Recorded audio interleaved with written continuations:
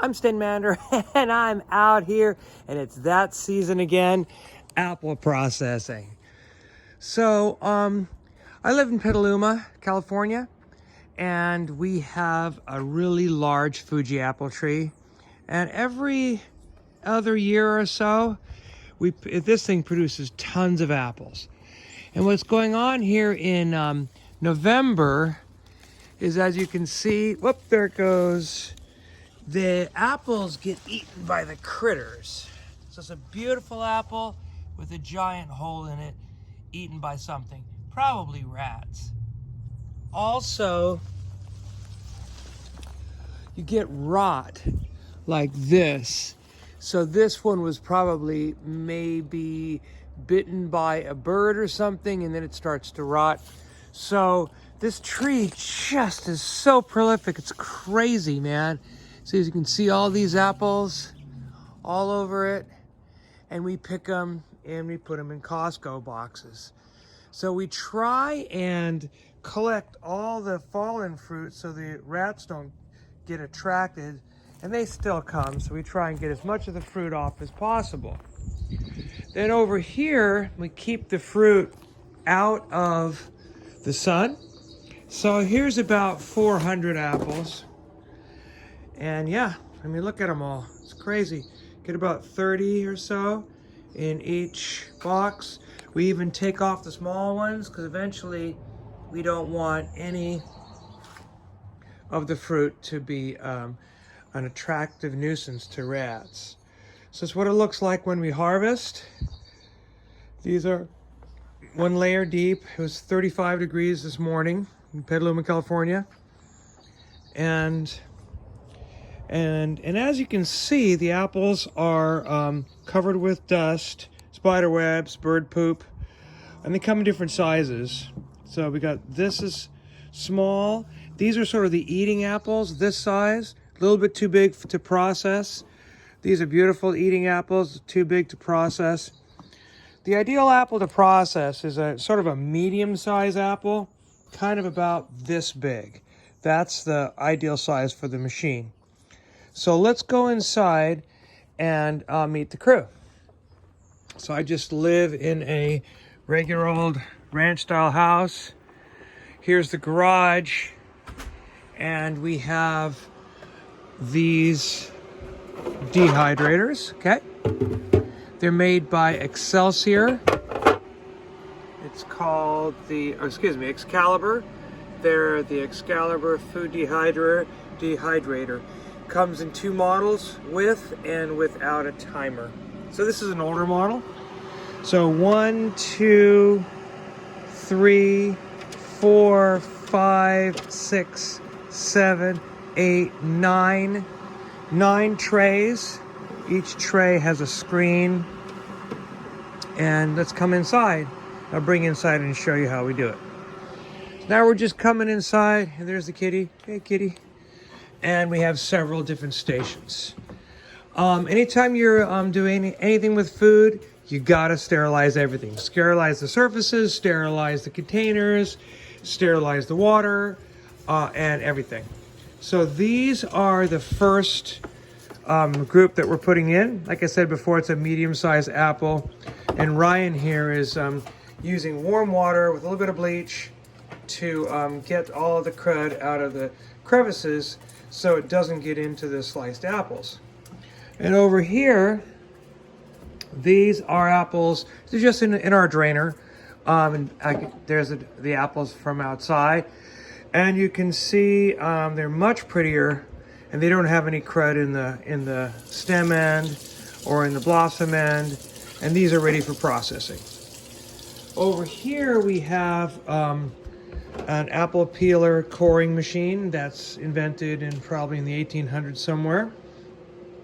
And Eric's about to stick an apple on. I can show you how it works. And it's super easy. He's also loading the trays. That's the next step. So I'm gonna, as soon as he's ready, I'm gonna show you what it looks like. All right, so he's gonna grab an apple in just a sec. He's laying them out to dry.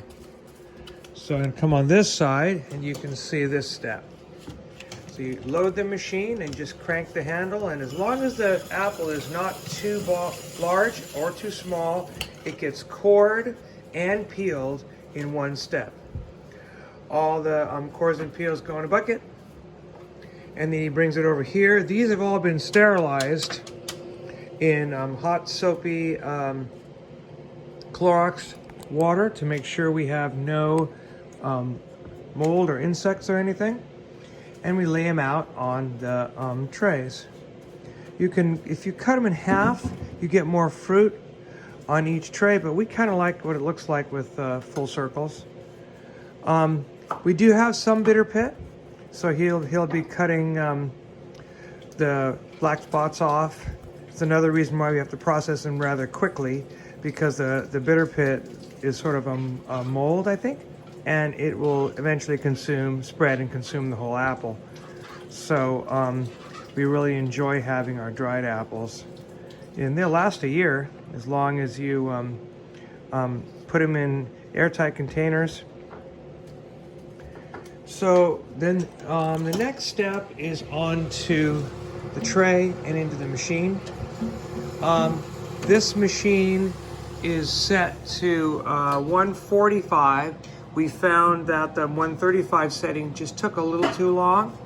If you look at the manufacturer's recommendation, fruits are 135, meat and fish is 165. So we're at about 140, 145 on this, and it'll take 8 hours. When we're done, we're going to offload the trays, and we'll pop them in the oven for final drying, just on one of these sheet trays. It'll probably be on 250 or something like that. And we're gonna pop them in mason jars. And this year we got some oxygen absorbers to put them in there. So let me show you what they look like. We just got the box. Let's see if I can open this with one hand. Yeah, here they are.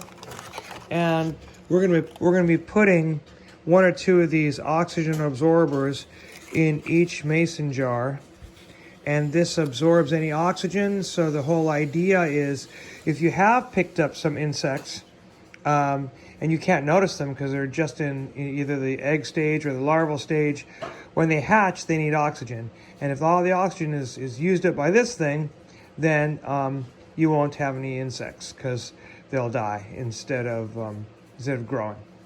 So there's usually insects in pretty much everything.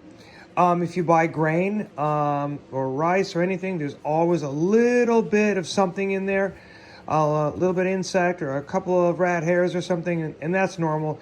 And they have a certain level above which the food can't be sold for human consumption.